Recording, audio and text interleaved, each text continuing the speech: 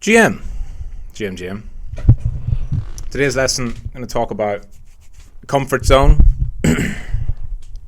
how dangerous it can be to be in a very comfortable position, and what you should do to avoid that, and what you should do to improve or change if you need to.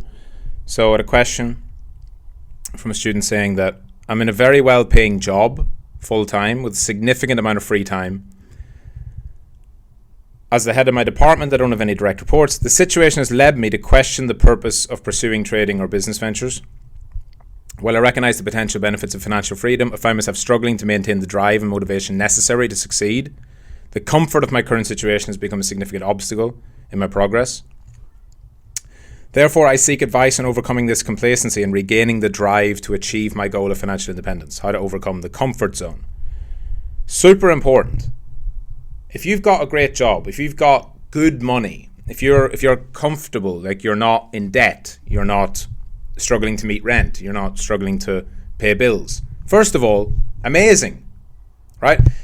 You know, a lot of people don't allow yourself to have this kind of resentment of it, because where you are at is so much better than if you had nothing.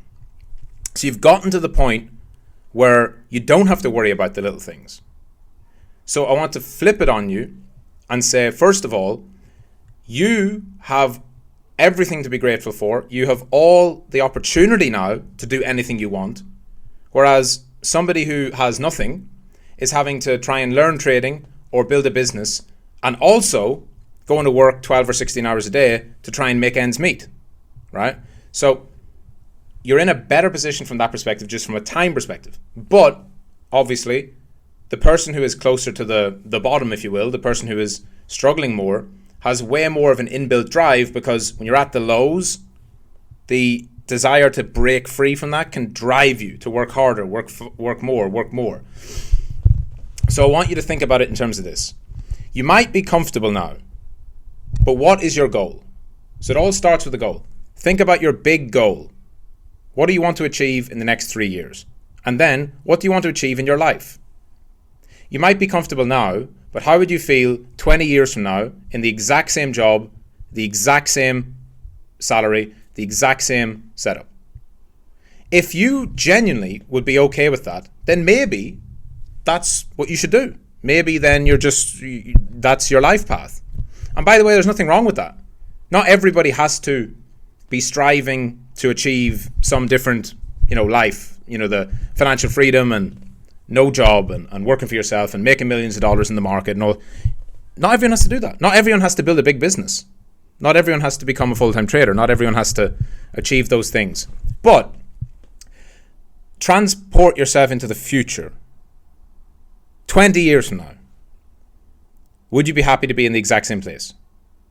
I know the answer for me was a strong no, because I did have a really comfortable job. I made loads of money. I was the top earner in the company when I was in sales.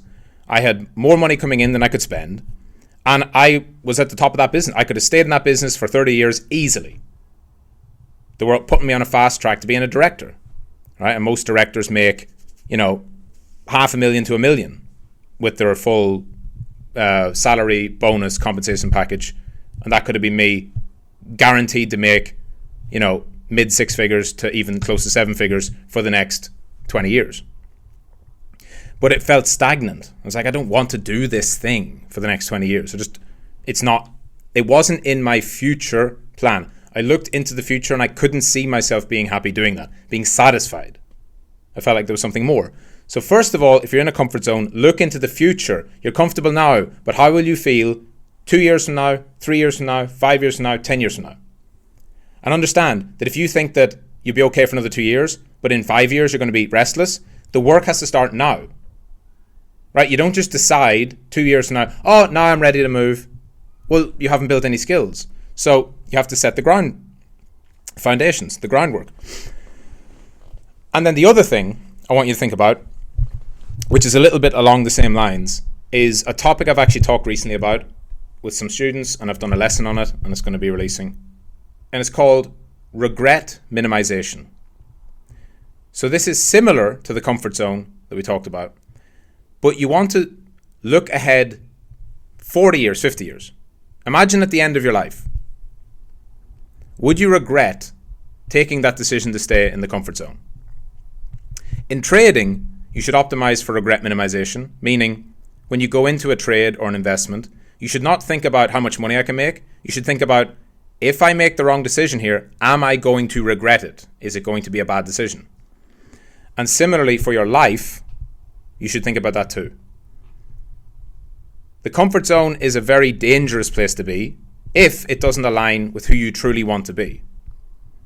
So if you truly think and look into the future and think, I would be happy to do this for the rest of my life, I would be happy and I would have no regrets if I don't chase this, then maybe that's what you should do.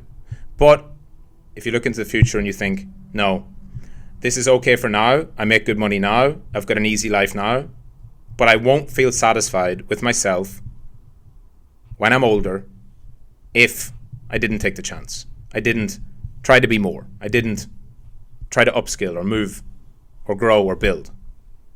So if you feel like that's you, sit down, analyze both of those, and then that should put you in a better decision and give you that kind of inspiration to understand, okay, maybe I do need to make a change. Life is not all just about having enough money to eat and pay rent. That's great. That's the bare minimum, right? That's what you want to get to first of all. That's the first step of financial freedom. But do you want more? And more doesn't have to mean money. You might not be a materialistic person. More can be mastery, success, being the best at something. And if you want to be the best at something, that's then going to naturally need you to push more and do more.